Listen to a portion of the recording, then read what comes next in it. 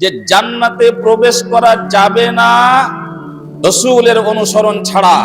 যারা রাসূলের অনুসরণ থেকে বিমুখ হবে তারা জান্নাতে যেতে পারবে না। আল্লাহ রাব্বুল আলামিন বলেছেন মাইয়ুতির রাসূল ফাকাদ আতা আল্লাহ। এখানে আল্লাহ রাব্বুল আলামিন নিজের আনুগত্যকে রাসূলের আনুগত্যের উপরে ডিপেন্ডেন্ট করেছে, অর্থাৎ নির্ভরশীল করেছে।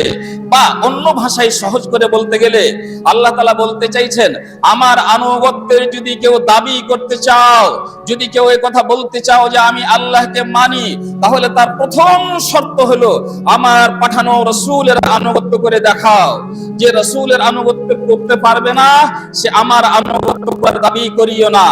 আল্লাহ তাআলার ভাষা লক্ষ্য করেন, মাইয়ুতির রাসূলা, যে ব্যক্তি রাসূলের আনুগত্য করতে পারবে, মাইয়ুতির রাসূলা ফাকাদ আতা আল্লাহ, সে যেন আল্লাহর আনুগত্য করতে পারবে। যে রাসূলের আগে তাহলে কাকে রাখা হয়েছে?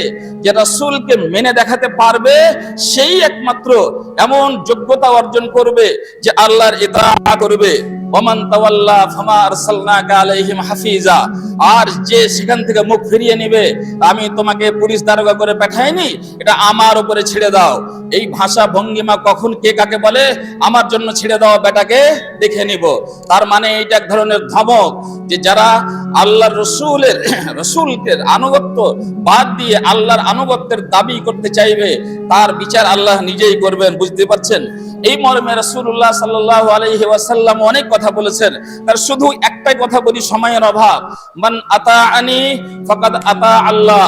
রাসূলুল্লাহ সাল্লাল্লাহু আলাইহি ওয়াসাল্লাম বলছেন, যে ব্যক্তি আমার ইতাআত করবে, আমার আনুগত্য মেনে নিতে পারবে, সে যেন আল্লাহর আনুগত্য করলো। মান আতাআনি ফাকাদ আতা আল্লাহ। আরেকটি হাদিসের মধ্যে রাসূলুল্লাহ সাল্লাল্লাহু আলাইহি ওয়াসাল্লাম দ্ব্যর্থহীন ভাবে কথা ঘোষণা করেছেন যে জান্নাতে যাওয়া সম্ভব হবে না গো, জান্নাতে যাওয়া সম্ভব হবে না যতক্ষণ না তুমি আমার আনুগত্য করবে।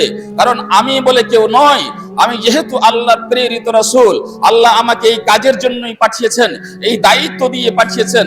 আমার ইতাআত মানে আল্লাহর ইতাআত, আল্লাহর পক্ষ থেকেই আমি সবকিছু বলি। ওয়া মা ইয়ানতিকু আনিল হাওয়া ইন হুয়া ইল্লা ওয়াহয়ুন ইউহা, আমার মুখ থেকে কোনো কথা ওহী ছাড়া বের হয় না। এক সময়ে আব্দুল্লাহ ইবনে আমর ইবনে আল আস রাদিয়াল্লাহু তাআলা আনহু আল্লাহ রাসূলের মুখ থেকে যা যা শুনতেন তা লিখে নিতেন, যা যা শুনতেন তা লিখে নিতেন। কুরাইশ বংশের কিছু মানুষেরা আব্দুল্লাহ ইবনে আমর ইবনে আসকে একটু ধমক দিলেন, আরে তুমি সব কথাই কেন লিখছো? আল্লাহ রাসূল কোন সময় হাসছেন, কোন সময় রাগের অবস্থায় থাকেন, সবটাই কি শরীয়ত নাকি? সবটাই কিছু লিখতে লাগলে একটু ধমক চমক দিয়েছেন, তখন তিনি থেমে গেছেন। তারপরে রাসূলুল্লাহ সাল্লাল্লাহু আলাইহি ওয়াসাল্লামের কাছে পৌঁছাচ্ছেন, আল্লাহ রাসূল এই ঘটনা আমি আপনার কাছে যা যা শুনতাম সবই লিখতাম, কিন্তু আমাকে এইভাবে তারা ভয় দেখিয়েছে, যার কারণে আমি বন্ধ করে দিয়েছি। আল্লাহ রাসূল আমি কি ঠিক করেছি না ভুল করেছি? আল্লাহ রাসূল তাকে যে উত্তরটা দিয়েছেন সেটা ভেবে দেখার বিষয়। তিনি বলছেন, উকতুবু, তুমি লেখো, তুমি যা কিছু লিখতেছিলে তা আবার লিখতে থাকো। ফামা ইয়াখরুজু মিনহু ফাআশারা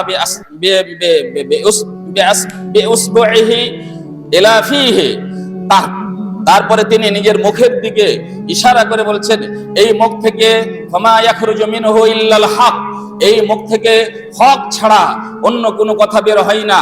কারণ প্রতিটি বিষয়ে রাসূলুল্লাহ সাল্লাল্লাহু আলাইহি ওয়াসাল্লাম আল্লাহর পক্ষ থেকে নিয়ন্ত্রিত অবস্থায় থাকতেন। ওহীর মাধ্যমে তার জীবন যাপন হতো, ইলকার মাধ্যমে, স্বপ্নের মাধ্যমে আল্লাহ তাআলা তার সব কিছু ইচ্ছা তার মনের ভিতরে জাগিয়ে তুলতেন এবং সেই অনুযায়ী তিনি কথা বলতেন। তাহলে আল্লাহ রাসূল যা যা বলছেন সবই কিছু মানে আল্লাহর পক্ষ থেকেই বলছেন। এই জন্য বলছেন জান্নাতে যাওয়া সম্ভব হবে না। আবু হুরায়রা রাদিয়াল্লাহু তাআলা আনহু হতে বর্ণিত, তিনি বলছেন, কুল্লু উম্মতি ইয়াদখুলুনাল জান্নাতা ইল্লা মান আবা, আমার উম্মতের সমস্ত মানুষেরা জান্নাত লাভ করবে, কিন্তু যারা জান্নাত যেতে চাইবে না। রাসূলুল্লাহ সাল্লাল্লাহু আলাইহি ওয়াসাল্লামকে জিজ্ঞাসা করা হলো, এমন হতভাগা কে যে জান্নাতে যেতে চাইবে না? রাসূলুল্লাহ সাল্লাল্লাহু আলাইহি ওয়াসাল্লাম সেই দার্শনিক সেন্টেন্সটা ব্যবহার করেছেন, মানা আতাআনি ফাকাদ দাখালাল জান্নাহ, যে আমার আনুগত্য করবে সে জান্নাতে দাখিল হবে। ওয়া মানা আসানি ফাকাদ আবা, আর যে আমার বিরুদ্ধাচরণ করবে, আমার অবাধ্য হবে, সে যেন জান্নাতে যেতেই চাইলো না। সুতরাং জান্নাতে যে যেতেই চাই না তাকে কি করে যাওয়া হবে? বন্ধুগণ, এই বিষয়টি অনেক যুবকদের মাথায় সেই ধরনের অডিও ভিডিও এবং বিভিন্ন ধরনের মেসেজের মাধ্যমে তাদের মাথা গোলমাল করছে।